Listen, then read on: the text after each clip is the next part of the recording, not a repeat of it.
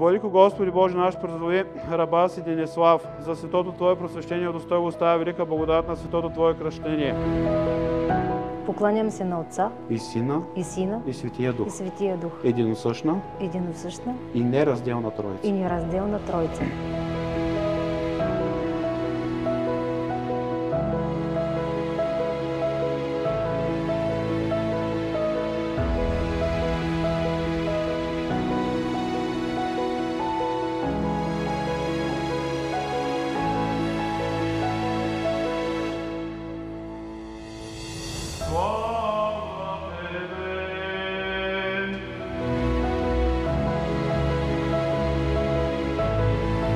Съчетали се с Христа, Съчетах се.